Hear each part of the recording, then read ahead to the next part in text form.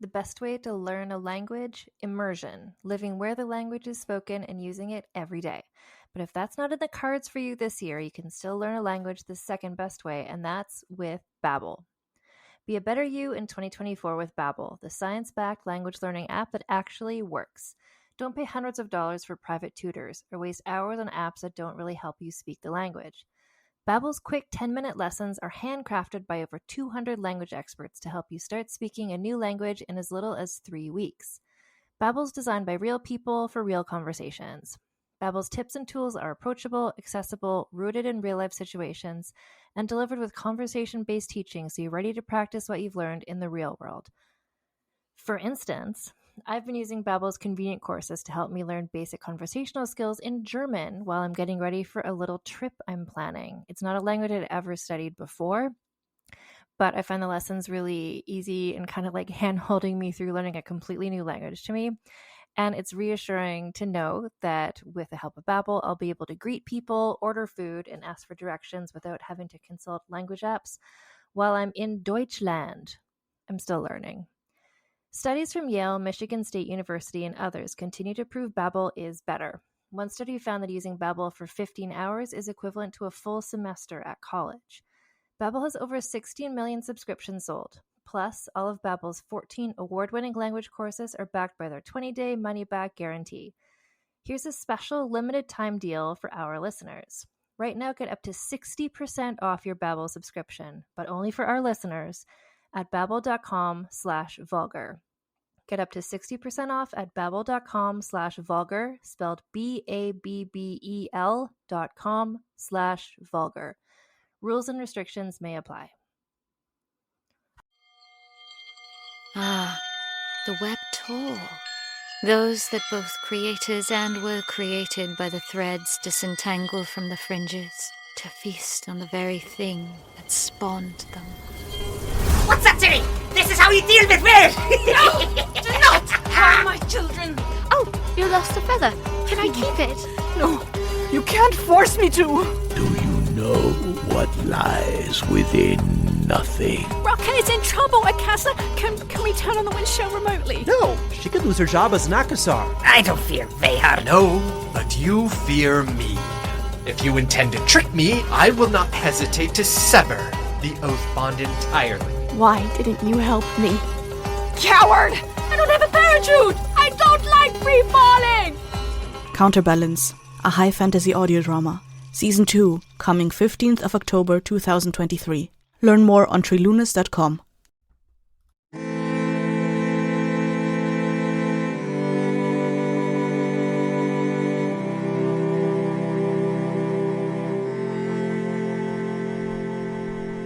Hello and welcome to Vulgar History, a feminist women's history comedy podcast. I'm your host, Anne Foster. I have a bit of a frog in my throat at the moment, and I hope that that doesn't affect your listening experience. I'm going to try and drink lots of tea, and we'll all get through this together because I need to tell you this story, and here we all are. So this week we're doing, I'm pretty sure, the first ever Vulgar History trip on this internationale season, aka the season that just won't quit because I keep finding stories to tell. We're taking our first trip together to East Asia. We have been, I'm like very aware of the fact that we've been lingering in this internationale season a lot in Western Europe lately, so we're pivoting. There's going to be a bit more Europe coming up, but we're also going to be doing some more stories set in Asia, and we're starting with this one. And this is Korean history, which is not something I knew anything about until I started researching this podcast episode. And so I really want to thank some people who helped answer some really basic questions I had. So for instance, Titsa Brigade member Veronica, who helped me with her experience from when she lived in South Korea, but also with recordings of some pronunciation. Anything I pronounce badly is all on me. She went above and beyond to help me understand how to pronounce some of these names. My friend Unbog, who wanted me to emphasize she's not a historian, she's not an expert, just kind of off the top of her head as a person who grew up in South Korea. She just sort of told me kind of what her impression was of of this figure talking about Queen Min and how she kind of saw her fitting into contemporary Korean society. And also special thanks to a friend of the podcast and sometimes guest on the podcast, Lana Wood Johnson, who first of all suggested this person and second of all helped me out with some understanding the history. And she also was right there suggesting some K-dramas for me to watch to help me understand it better. I did watch a movie called The Sword with No Name, which I might talk about at some points during this. Queen Min is definitely a main character in that movie. There's also some stuff that's not quite accurate, which is not a problem to me. So there's more research things than in some other weeks because that I could find there was no English language biography of Queen Min for me to refer to. So I was just kind of piecing together smaller, shorter pieces from other sources. I'm not going to list them all here out loud because that would take a long time, but they're all in the show notes. And the main resources were the Oxford Encyclopedia of Women in World History, the Wikipedia page, an article from Korea Times, and a resource book from the Philadelphia Museum, which had an exhibit of Joseon era artifacts and had these kind of resources for classes who were taking their students there. And it was really at a level I appreciated of just like really explaining stuff that people might not know. Oh, and then also curriculum materials from the koreasociety.org. Similar thing, lesson plans for school children.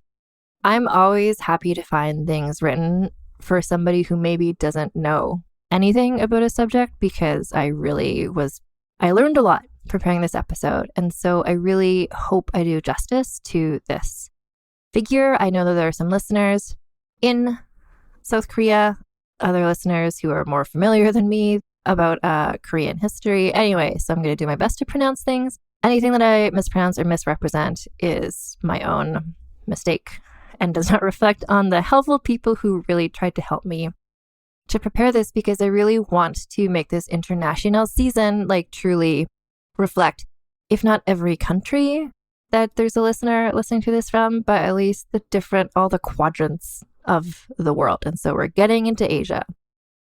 Here we go. It's a great story. I couldn't not do it. And we're going to start with some background information because I did not know. I don't think I knew really anything about the history of Korea, which is embarrassing. But now I know some stuff and I will just explain to you the things that I also learned because it's really like everywhere, like to really set the place and the time and the culture helps to understand how this woman, how her story plays out and how people reacted to her and how she's remembered now. I do also think what I've gleaned is that I think Queen Min, who is the person we're talking about, is a controversial figure in a similar way to like how Malinzine is a controversial figure to the culture from which they are from. So she is remembered fondly by some people and like kind of not fondly by other people. So I'm just going to try to tell the story the way that it hits me as like a basic white lady from Canada. And here we go. The story takes place on the peninsula in Southeast Asia that we now know as like Korea. But during the era we're looking at, which is the late 19th century, this peninsula was known as the Joseon Kingdom.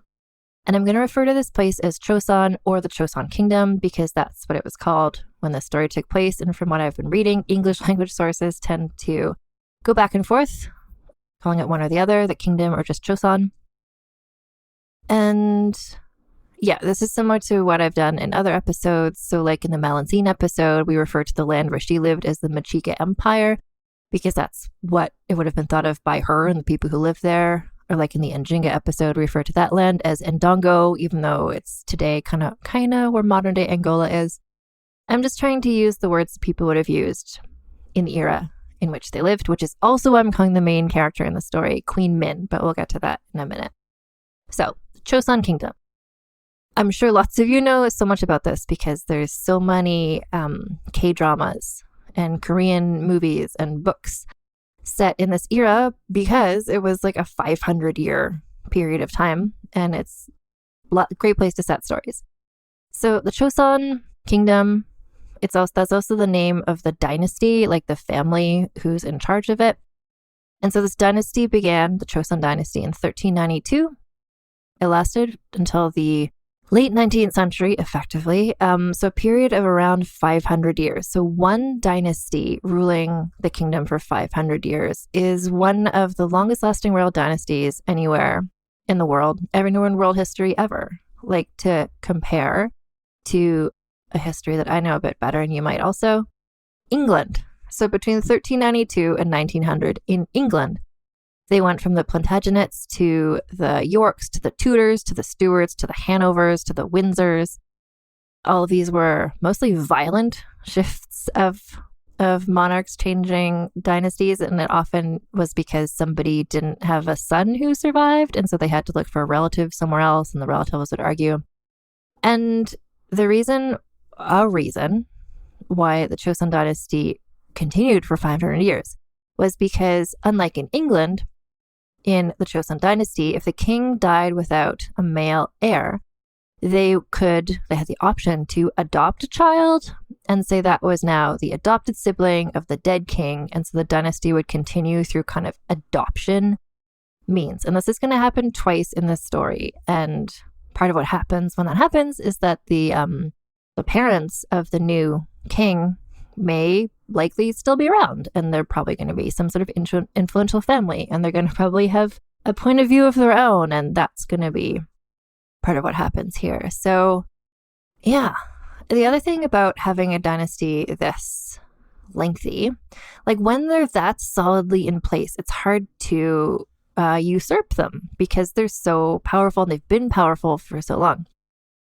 So I think another thing to bear in mind about the history of Joseon is that other countries saw them as backwards because they hadn't been violently changing dynasties over and over again, because they kind of had a consistent culture. But wearing the same clothes and eating the same food for 500 years doesn't make a place backwards. Like Europe, everything we've been looking at, like England, but also France and Germany and Italy and Sweden, all of these places, like they were not stable. Like countries were over this 500-year period, like they were conquering each other and taking each other over. And so Europe kind of took all these toxic qualities around the globe and just thought, because that's what Europe was like, that was the best way that anyone could be, but that's not true.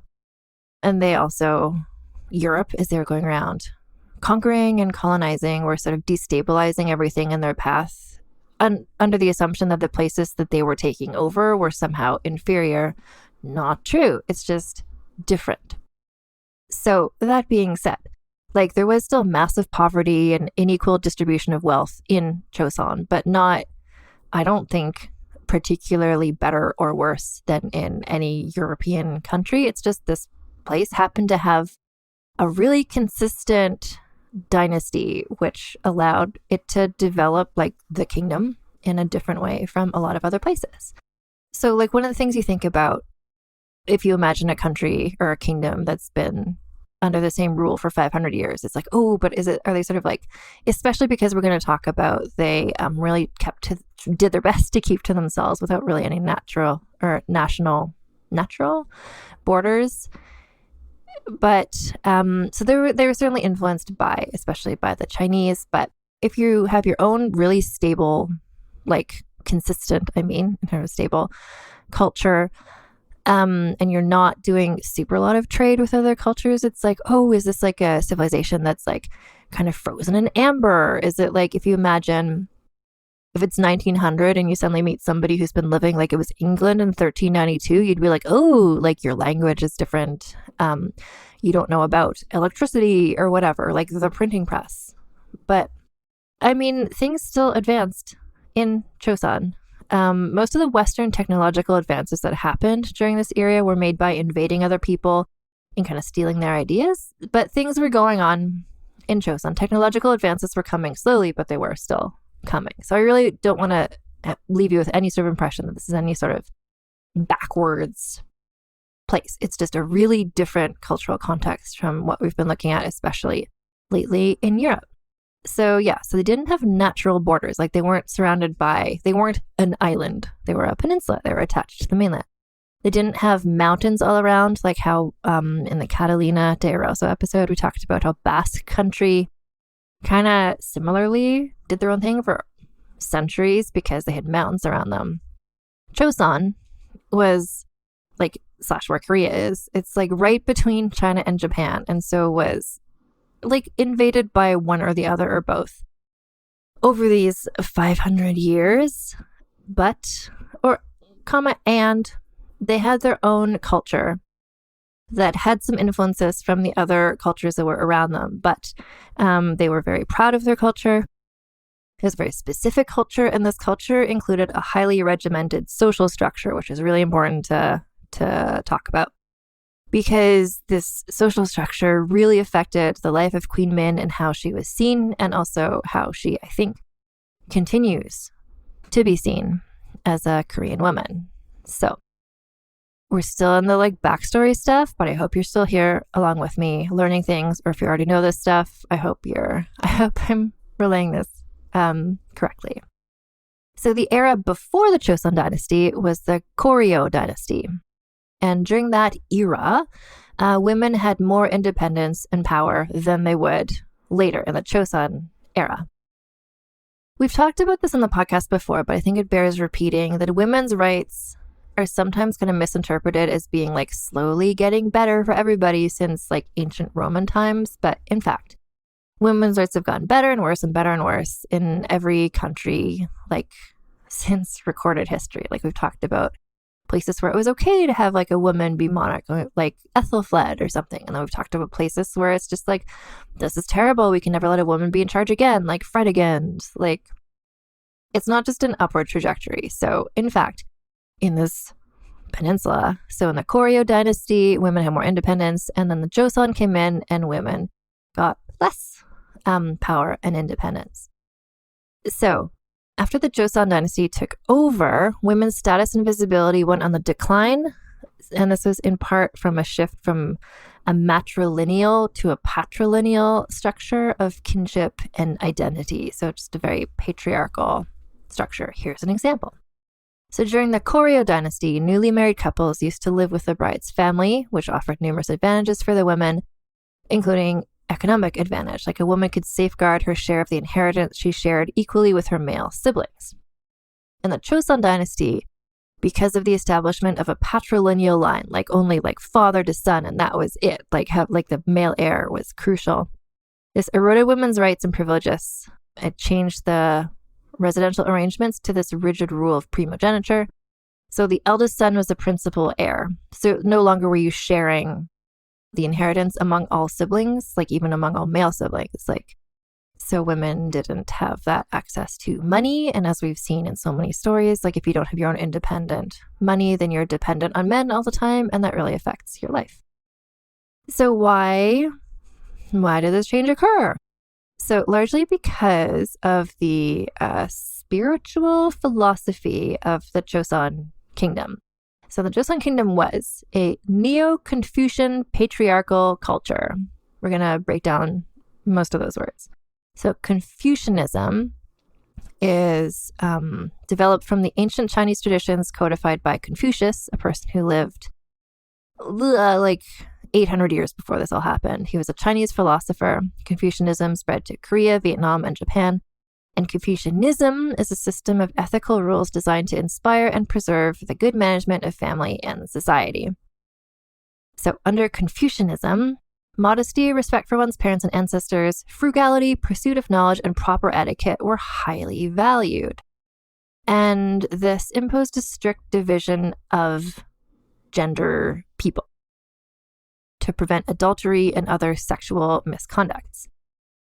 So there was just a lot of, and I think these are all documented laws. So like, I don't know. I'm trying to compare it to something with which I am more familiar. So like Victorian England or something. Or if you think about like Regency era England, like in Bridgerton, where it's just like, this is like the high class and this is the low class and this is the man and this is the woman. And like no one can ever change from the role that they are given. And in Joseon era, it was a similar thing, I would say maybe a bit more strict, because this had been the rules for much longer. So men and women were required to occupy different roles and spaces even in their own households. So men and women lived separately even in their own house.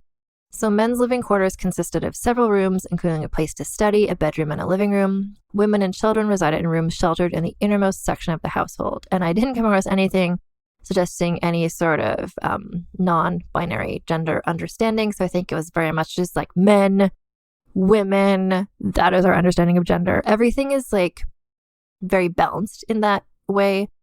There's kind of, it's like you're either an important person or you're an unimportant person. Either you're a man or you're a woman, and one is always better than the other one. It's a very binary. Everything is a binary. So yeah, so Joseon Dynasty implemented a legal system which provided a written record of laws that enforced strict regulations on the activities of women by repressing physical freedom.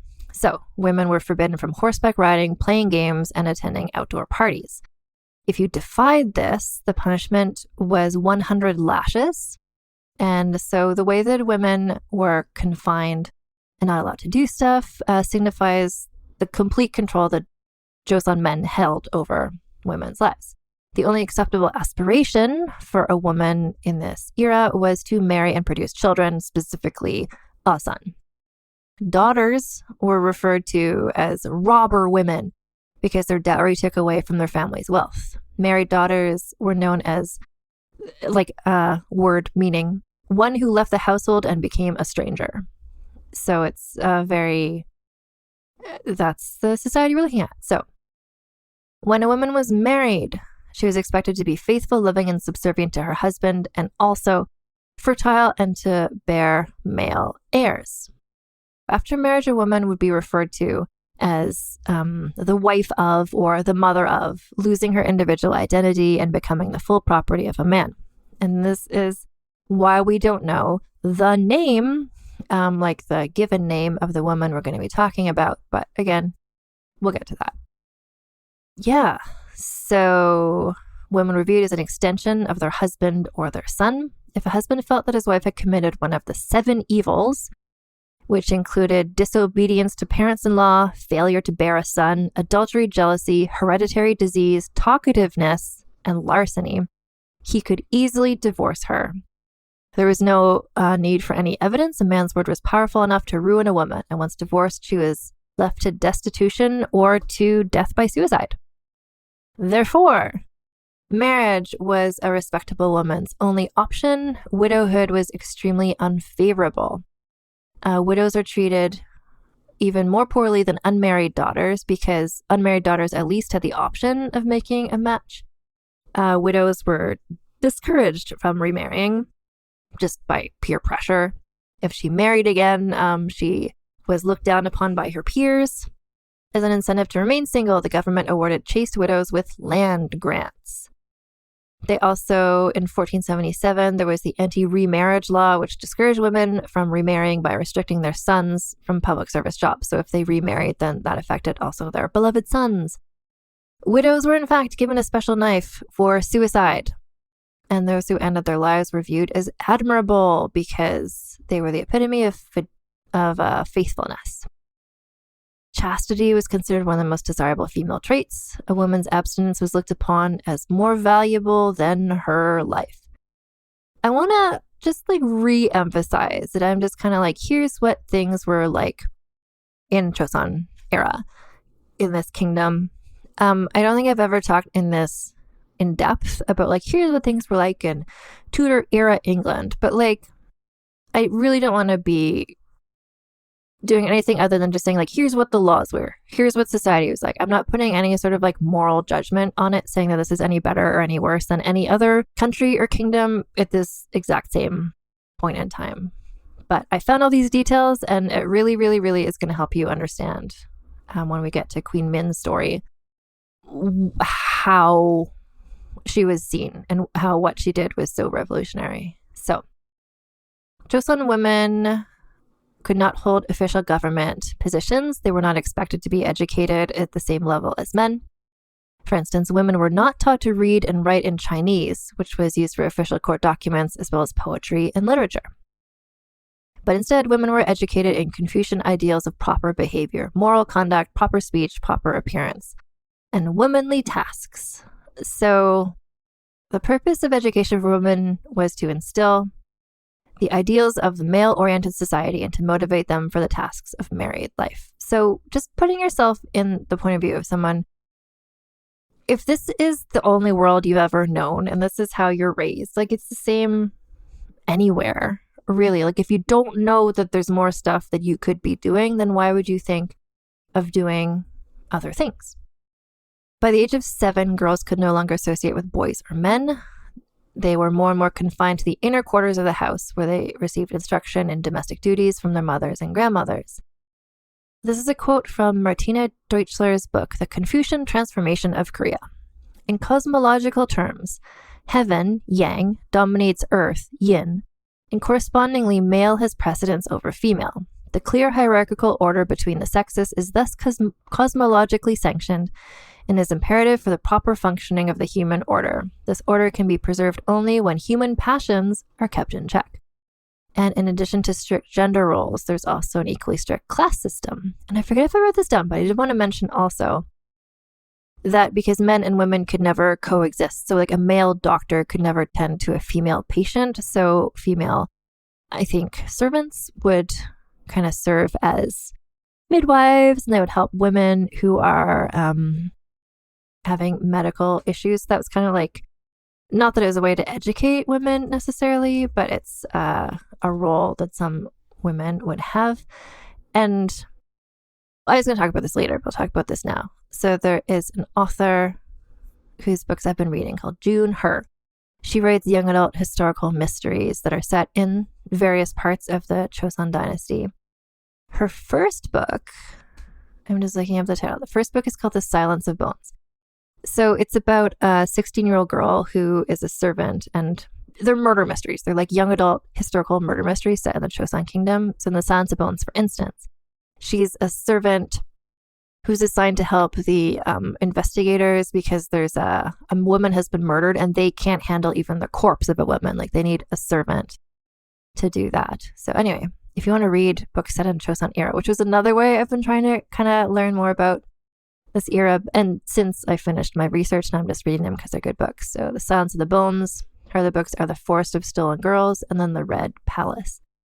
Anyway, they're all about teenage girls in Joseon era solving murder mysteries, and they're really good.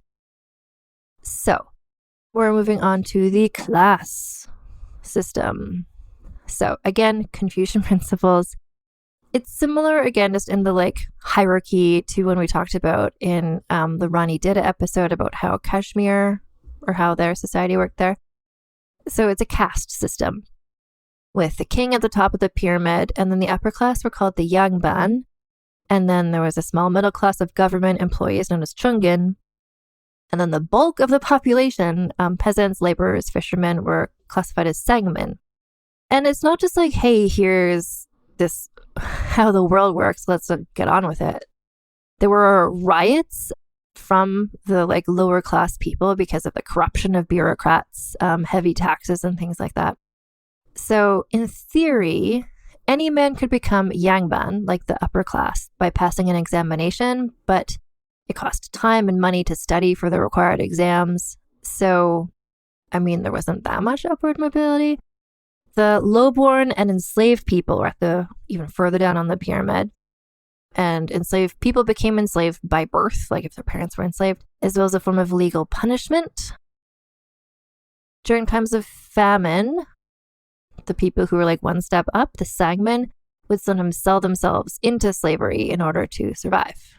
So I'm describing the way that this system worked, but it's not like, here we go and it works and everything's great. It's like, no, but this is how it theoretically was supposed to work.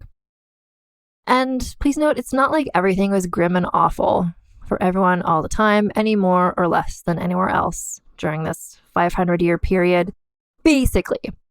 Like there were some places where maybe women were allowed to like walk around, and there are other places where women also couldn't. So it's just Again, I really don't want to come across at all as being like specifically critical of this culture because it's the first like Asian culture we've talked about on this podcast, but also this is like a real shitty time to be a woman and a poor person because this dynasty, this era lasted until like basically 1900. So a lot of what is culturally done in Korea now derives from this time period. So Korean etiquette, cultural norms, societal attitudes towards current issues, even the modern Korean language and its dialects stem from the traditional thought pattern that originated from the Joseon dynasty. Like that's where the alphabet that's used now was first invented. The hanbok, the traditional dress, that was how people dressed during the Joseon dynasty. So this is where a lot of what I have seen as sort of like the traditions of Korea are from this era. And good things that happened. So there was a golden age of development. The Joseon dynasty built fortresses, trading harbors, and palaces. Many Korean inventions come from this period, including the first sundial in Asia and the world's first water-powered clock. The metal printing press supplanted the woodblock printing press in China, and that was one that was invented in Korea. And now we're just going to take a break for a word from our sponsors. As a podcast network, our first priority has always been audio and the stories we're able to share with you. But at Realm, we also sell some pretty cool merch, and organizing that was made both possible and easy with Shopify. When you think about successful businesses like Aloe or Allbirds or Skims, an often overlooked secret is the business behind the business that makes selling and, for shoppers, buying simple. For millions of businesses, that business is Shopify. That's because nobody does selling better than Shopify. It's the home of the #1 checkout on the planet. And the not-so-secret secret that's definitely worth talking about is that Shop Pay boosts conversions up to 50%. That's more happy customers and way more sales going.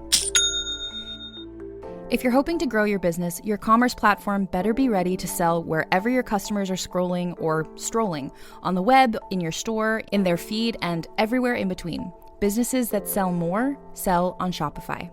Upgrade your business and get the same checkout we use with Shopify. Sign up for your $1 per month trial period at shopify.com/realm, all lowercase. Go to shopify.com/realm to upgrade your selling today. Shopify.com/realm.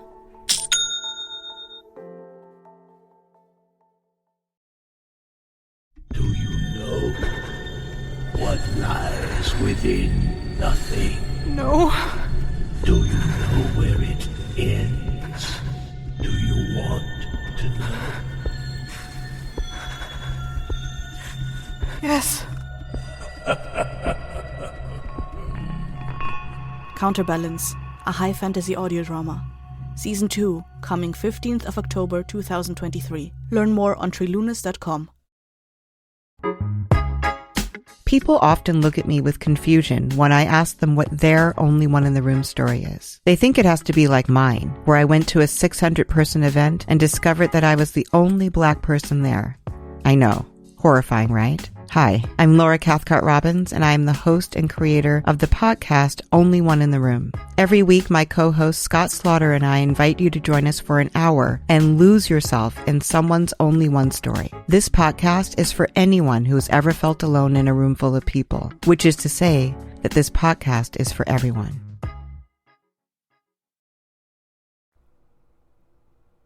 And we're back. So during this 500-year period, agriculture came to take precedence over commerce, which is part of why they had less to do with international trade and stuff, because they were more focusing on growing their own crops for themselves.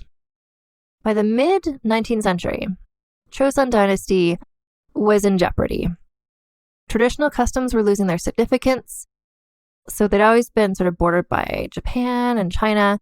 And now, like, Russia was becoming more powerful. The United States existed. And Joseon was, like, right in between all these kind of, like, really powerful places who were pressuring for an open door policy. They wanted to have more to do with Joseon, to, like, do more westernized stuff is the way that it's often phrased. So the possibilities of invasion. And it's not like they were like politely asking for this. Like there was the possibility of invasion from all corners added to tension among the Joseon dynasty, like the people, the ruling people. So in 1864, the king was King Chuljong, and he died aged 32 without any heirs. And he had also been one, I think, if I'm remembering correctly, who is like the previous king died and then he was adopted to be the new king. Anyway, so he died without any heirs. He also died under mysterious circumstances. Although he was frequently ill, he may have been poisoned because that's a thing that happened to people. Maybe the illness was also poisoning. And if he was poisoned, it was probably by the Andong Kim clan, which is one of the very powerful families. So it's like, again, I keep comparing it to like Tudor England, which is like an era that I just happen to know better. So it's like, you know, there's the Howards and the Seymours and the Boleyns. It's like all these kind of noble families were always sort of trying to get in good with the king. So King Chuljong's wife had been from the Andong Kim clan. So I don't know if that's anyway, any dynasty, it's a Game of Thrones situation. And then it came down to after he died, like there's a scramble right away. Who was going to name his successor? Would it be his widow, who was from the Andong Kim clan, or was it going to be his mother, who was not? So another family, who didn't want the Andong Kims to get to choose the new leader, they looked around and they settled on a distant relative of the king, I think, from the Pungyangjo clan, which was the only other family as powerful as the Andong Kims, and who could maybe challenge them for power. This relative they'd found was a man named Yi Hayung, but he wasn't eligible to be king himself because he was a man. And the way it worked with like adopting a new person to be king was that if the king died without children, you couldn't replace him with someone who is like the same age-ish. Like if he was a man, an adult man, you couldn't choose another adult man.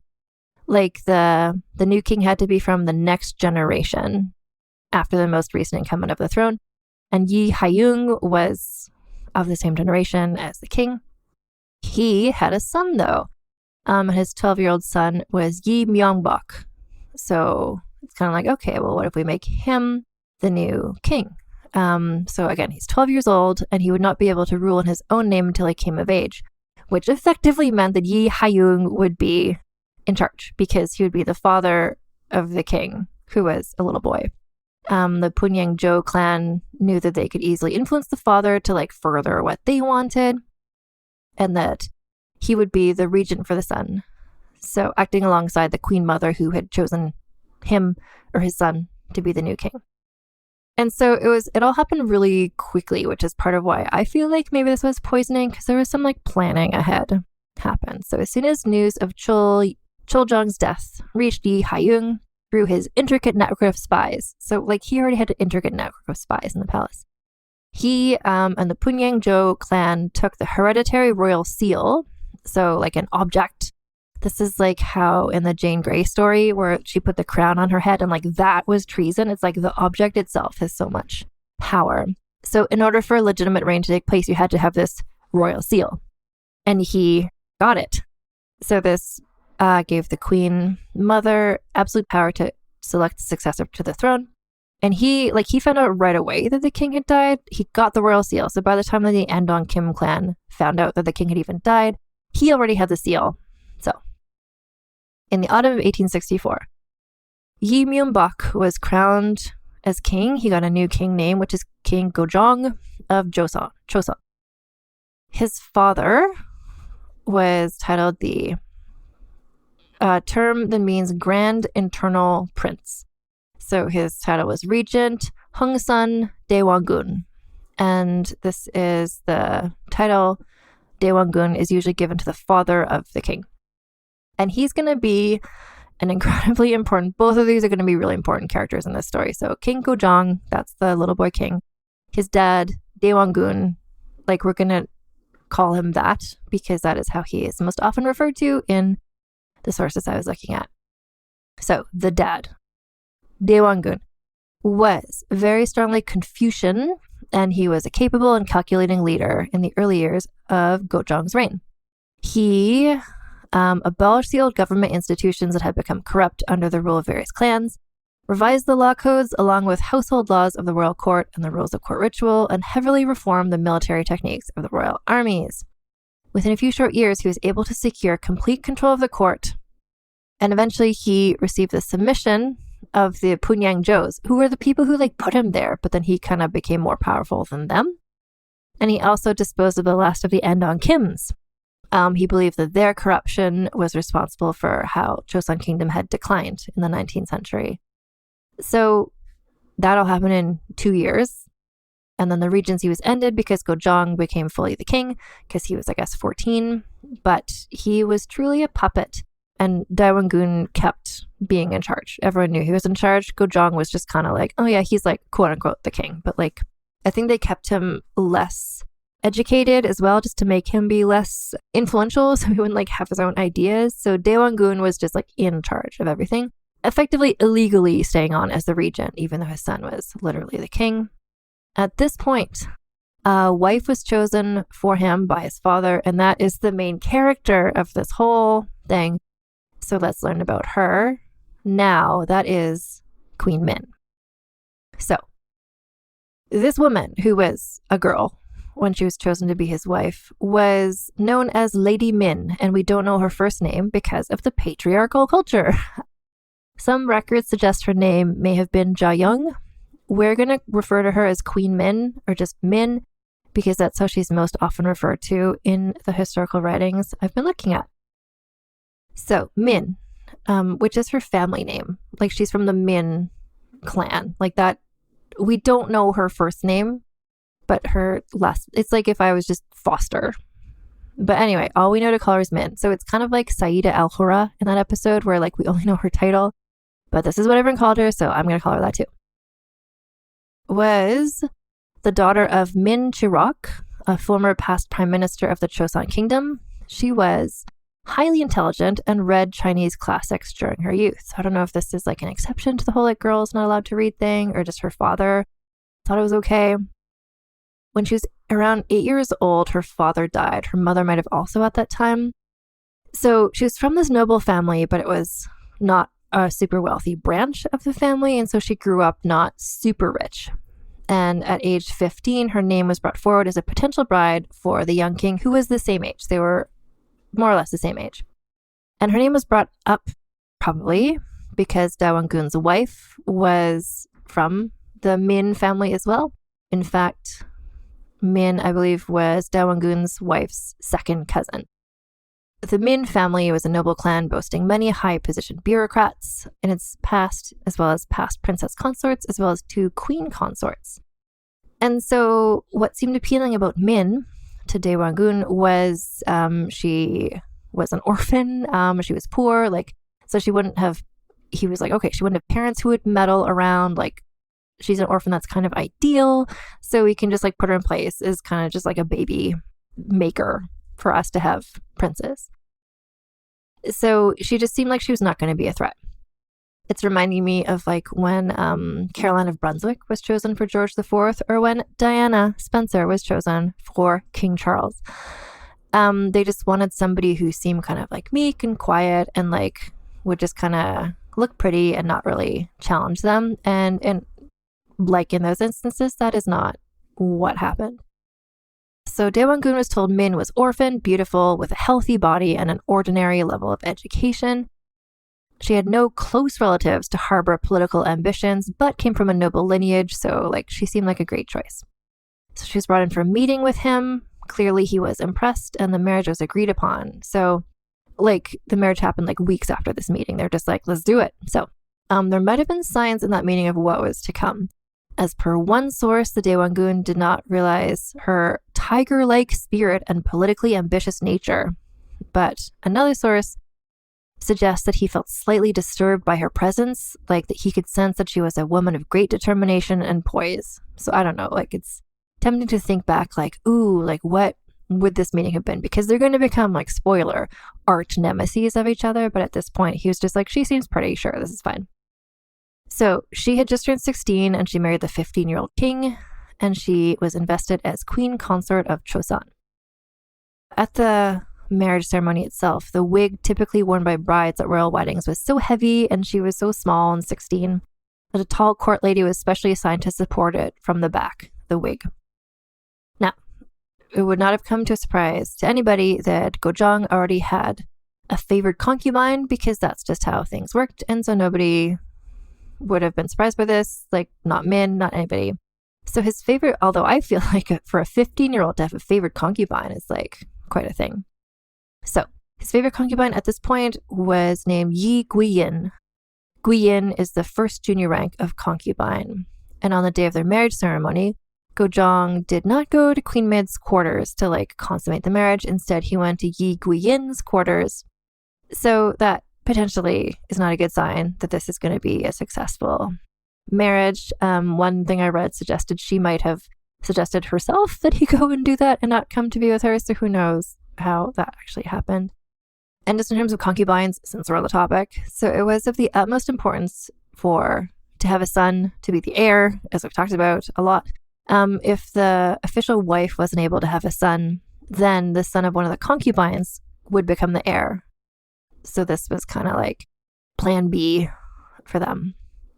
Yeah, so it seems like these two were incompatible, just like personality-wise. She preferred to stay in her chamber studying, while he enjoyed spending his days and nights drinking and attending banquets and royal parties.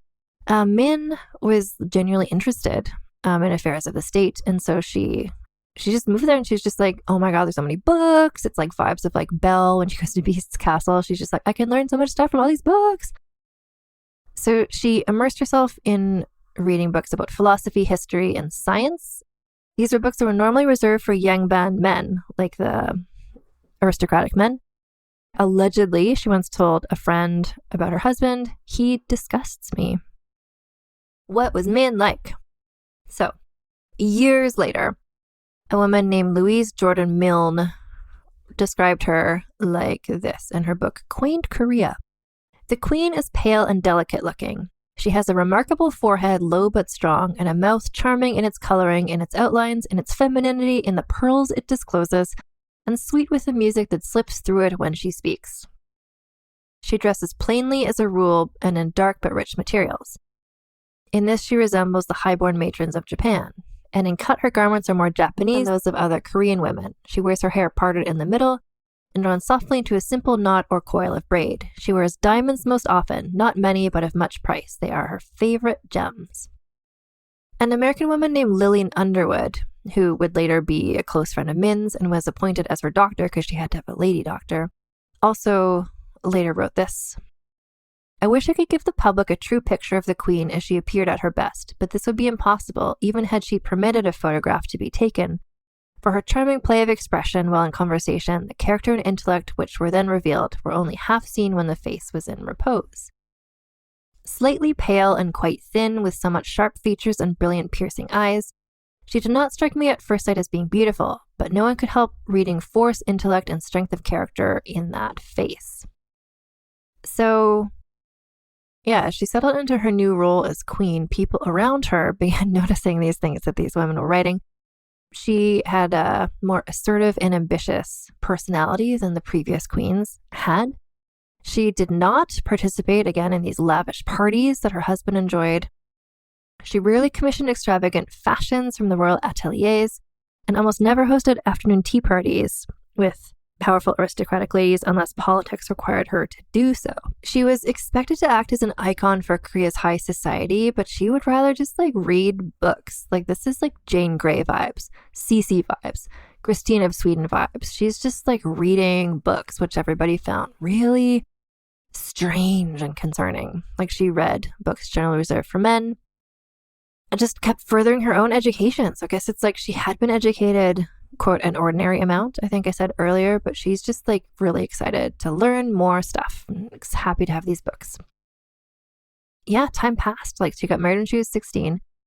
By the time she was 20, she had begun to wander outside her apartments at the palace and to play an active part in politics in spite of Daewon-gun and various high officials who viewed her as becoming meddlesome. She also had not had a child until around this point.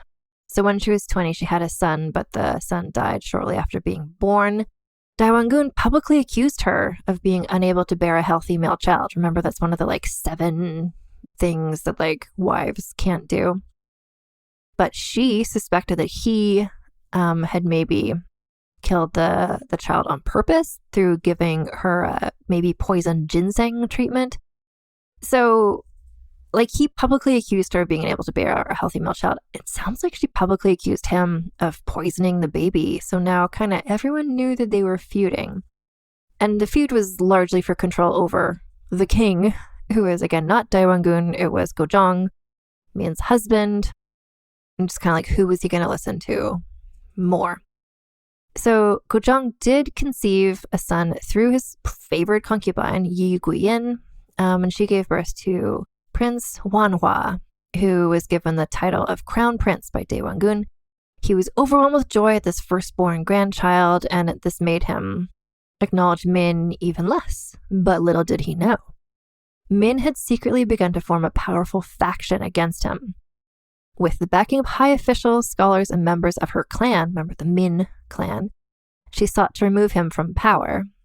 So the queen consorts, her older brother, Min had an older brother who wasn't adopted. There's just a lot of adoption. I don't know. Anyway, she had an adopted older brother. Min Seung-ho was in on the scheme, as well as court scholar Cho Ik-hyun. They devised a formal impeachment of Daewon-gun to be presented to the Royal Council of Administration. And their argument, which was a very sound argument, was Gojong is 22. He should be able to rule in his own right because and he should have been doing that since he was 16 or something. Daewon-gun is overreaching. Anyway, I love that she's been reading books, and maybe from those books, that's where she got the idea, or she found the loophole of ooh, this is what we can do.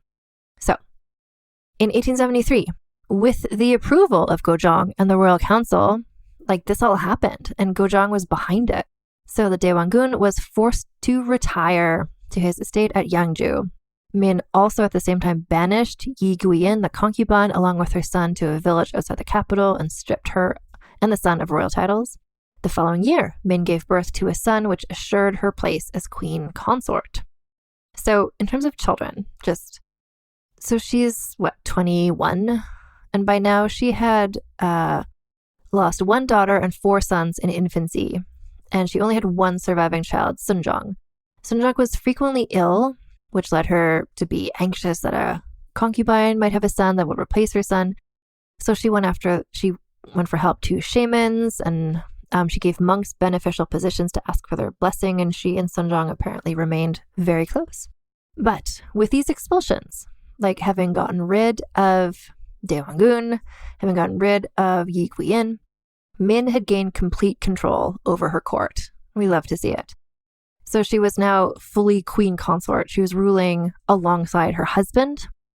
But more so, she was recognized as being more politically active than Gojong. Daewon-gun was gone, and now she's fully in charge. So she became in many ways the de facto leader of Joseon. She showed her political skill, placing her relatives in top government roles, and maneuvered among the noble factions to consolidate her power. And that, I think, that's where we're going to end part 1, because it's running on a high, running with this exciting thing. So yeah, we're going to pick up the story of Queen Min next week with more information. So a couple reminders as per ever. So if you go to vulgarhistory.com, there's a form, or there's a button there, or if you want to give me feedback. Oh my God, how's my Korean pronunciation? Am I representing this culture okay? I'm worried. But I hope I'm telling the story okay. And also just give me any other feedback or ideas or suggestions you have about people you want to hear covered on the podcast. If you want to buy some books and have a little money to support me, for instance, the books written by June Her, I'll put all those links in the show notes. But if you go to bookshop.org/shop/vulgarhistory, and if you do your book shopping from there, then a little bit of money goes to help support this podcast. You can also support the podcast by going to vulgarhistory.store, vulgarhistory.store. You can use code TITSOUT for free US shipping, or TITSOUT10 for 10% off. I've been adding stuff there, not for every single person we've talked about, but for most of them, frankly. There's like various Hortense Mancini, Mazarinette stuff.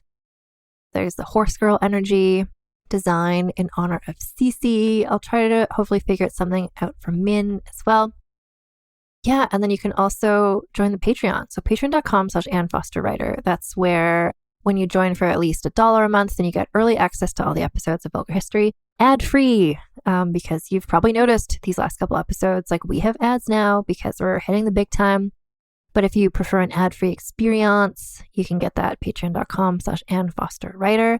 If you pledge $5 or more a month on there as well, you can also get access to the bonus series of Vulgar Peace Theater, where I do costume drama reviews with Allison Epstein and Lana Wood Johnson, as well as So This Asshole, where I talk about famous, horrible men from history.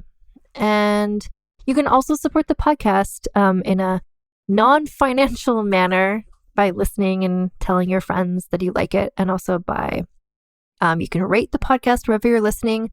On Spotify, there's a place where you can put the 5-star review. We've recently-ish got to 2,000 ratings, which is super exciting and kind of minorly overwhelming, but I feel like we're at 2,000. Let's get to 3,000. Let's get those ratings going. If you're listening on another app, like on Apple Podcasts, you can rate and or review. These are things you can do that just like make me happy and also help support the show. So anyway, yeah, we're on Instagram at Vulgar History Pod. We're on Twitter at Vulgar History. And next week, we're going to pick right up from where we left off, rather, and learn more about Queen Min. If you want to watch a movie about her, the movie I watched is called The Sword with No Name. And in that movie, actually, they do make it canon in the movie that her name is Jia Young, and she kind of has this sexy bodyguard who is there helping her out. But you know what? In real life, Min did all this without, presumably, a sexy bodyguard, and I respect her so much for that. Keep your pants on, keep your tits out. Talk to you all next week. Vulgar History is hosted, written, and researched by Ann Foster and edited by Christina Lumagi.